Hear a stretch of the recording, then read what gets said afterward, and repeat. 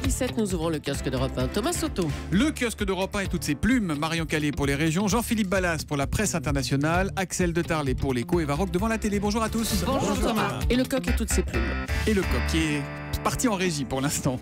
On commence avec vos quotidiens nationaux. Das Auto, Volkswagen dans la tourmente, à l'image du Monde. Le mensonge empoisonné, comme le titre aujourd'hui en France, est partout ce matin.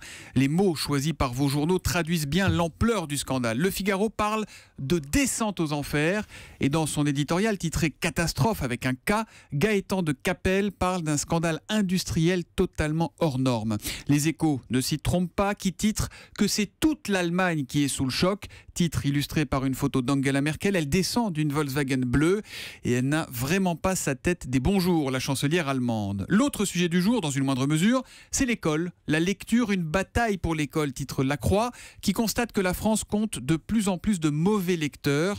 Voilà pourquoi les programmes du primaire pour 2016 valoriseront les bonnes pratiques d'apprentissage de la lecture. Et puis à ce propos, la ministre de l'Éducation nationale, Najat Vallaud-Belkacem, assure le service après-vente de sa réforme. Elle fait la une de Direct Matin. Oui, dit-elle, l'échec scolaire peut être évité. Enfin, écoutez bien, la barbarie n'est décidément pas le monopole de l'État islamique. En Arabie Saoudite, un jeune homme de 21 ans, qui a le tort d'être opposant au régime, devrait être décapité demain, puis crucifié et exposé jusqu'au pourrissement de ses chairs. Son tort, avoir jeté des cocktails Molotov lors d'une manifestation. C'est aujourd'hui en France qui en parle. Parallèlement, on apprend que l'ambassadeur d'Arabie Saoudite à l'ONU vient d'être promu au Conseil des droits de l'homme. Voilà. À l'une des régions, Marion Calais, votre défi du jour, c'est trouver des unes dans la PQR, la presse quotidienne régionale, qui ne soient pas consacrées à Volkswagen. Bonne Défi chance. relevé, Thomas, avec Sud-Ouest. D'abord, sur l'arrestation de 2 chefs de l'ETA à Saint-Étienne-de-Baïgorry, c'était hier. Ils formeraient, selon Sud-Ouest, le comité exécutif de l'organisation indépendantiste. L'Est éclair, ensuite, évoque la difficulté de trouver un médecin traitant. Dans l'Aube, les nouveaux patients rencontrent de plus en plus de difficultés pour dégoter un praticien. Enfin, j'ai un peu triché. Le Républicain lorrain évoque à la une, en gros, Volkswagen, mais à côté, il y a ce petit encart sur les nouveaux donateurs des associations caritatives depuis cet été. La plupart des grandes surfaces donnent désormais leurs invendus. Ça, c'est une très bonne nouvelle. L'histoire du jour, vous nous présentez ce matin Elliot, champion de Google, il fait la une de l'Est républicain. Et il a 14 ans, il est lorrain et il vient de gagner le prix incubateur du Google Science Fair, un concours scientifique réservé aux 13-18 ans.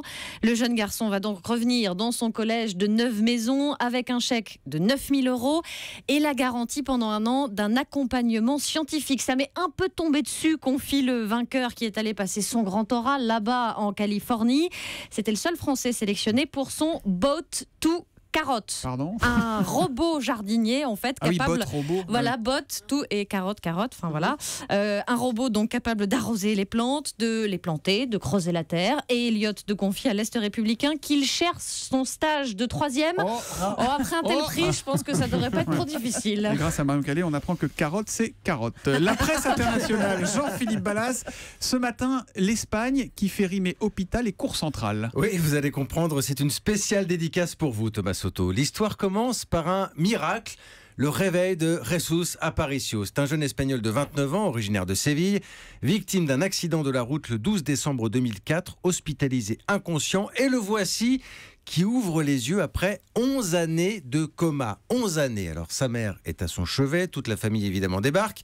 Jesus, il commence à parler, il prend conscience que pendant 11 ans, évidemment, la vie a donc continué sans lui. Alors forcément, il a une foule de questions. La première question qu'il pose, à votre avis, laissez tomber, vous ne devinerez jamais. Le jeune homme demande des nouvelles de Roger Federer. L'idole de mon Le petit Thomas Soto, oui. Exactement. Incroyable. Alors il explique, c'est venu comme un flash dans mon esprit, je me suis demandé ce qu'il devenait. Alors quand Jesus a eu son accident, le champion suisse venait de gagner son 4e titre du Grand Chelem à l'US Open, et depuis, Federer a porté son compteur à 17 trophées. Je pensais qu'il avait pris sa retraite, raconte Jesus.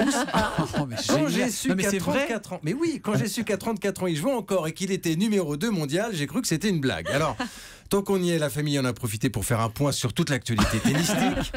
Rezus a ainsi appris l'existence de Djokovic, numéro 1 mondial, parce que oui, forcément, il y a 11 ans, il était 188e Djokovic.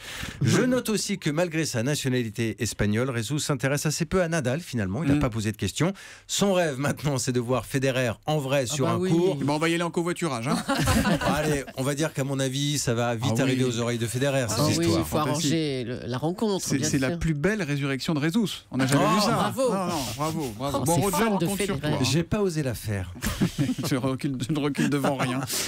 Axel de Tarlet. Oh, dis donc, le réveil des taxis. C'est un article qu'on lit dans Le Monde aujourd'hui. Exactement, puisque face à la nouvelle concurrence des VTC, la première réaction des taxis, même si on peut la comprendre, n'a pas été des plus malines, on va dire. Hein. Ils ont lynché les VTC, ils ont bloqué les routes. Alors maintenant, ils ont une deuxième réaction, les taxis, qui est beaucoup plus agréable pour nous, c'est-à-dire qu'ils sont en mode séduction. Donc, je ne sais pas si vous avez pris les taxis récemment, mais ils se mettent à porter le costume, ils se mettent à porter la cravate, ils se mettent à descendre pour vous ouvrir la porte. À l'intérieur du taxi, on a maintenant des petites attentions pour vous, on vous offre une bouteille d'eau, on vous demande si vous voulez, on vous propose une prise pour recharger votre smartphone. C'est bien, bravo. Voilà. Bravo, Les on les a taxis- tellement Mais critiqués. tant mieux, Bravo. oui. Mais c'est l'objet de ce papier, le réveil des taxis.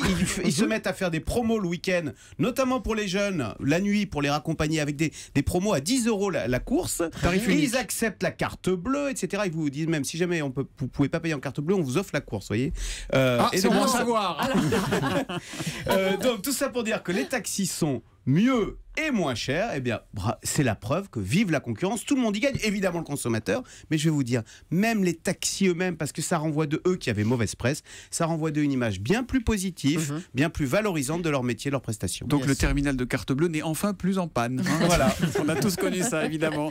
À la télé ce soir, Destin brisé, c'est à 20h55, c'est sur TMC, Varroc. Oui, c'est le nouveau magazine People, une suite de portraits de stars, alors pas franchement gâtés par la vie, Whitney Houston, Eddie Di, Guillaume Depardieu, et Romy Schneider, la comédienne, on savait, qui était passée par des hauts et des bas, une addiction à l'alcool et aux drogues, des drogues qui sont fournies, écoutez bien, par Marlène Dietrich, et qui étaient amenées par Louis Boson, l'animateur radio qui raconte. Mais un jour, elle me dit j'aimerais bien que vous ayez porté ça à Romy. C'était un paquet. Je portais ce paquet comme on peut porter des livres. Et c'était toujours Romy qui me recevait. C'était un livre qui était creusé par Marlène. Et dans ces livres, elle avait mis des amphétamines, des somnifères.